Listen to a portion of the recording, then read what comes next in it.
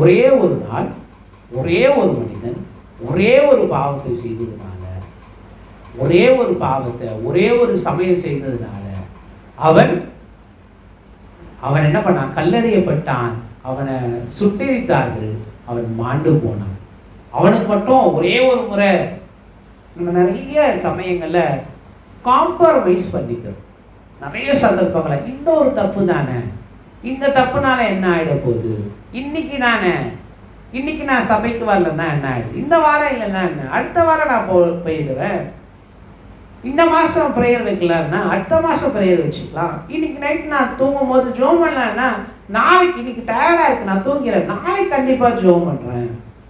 ஒரே ஒரு நாள் ஒரே ஒரு முறை ஒரே ஒரு சமயம் செய்த பாவத்தினால அவனுடையவர்கள், அவனுக்கு சம்பந்தமே இல்லாத மக்கள் மறிக்க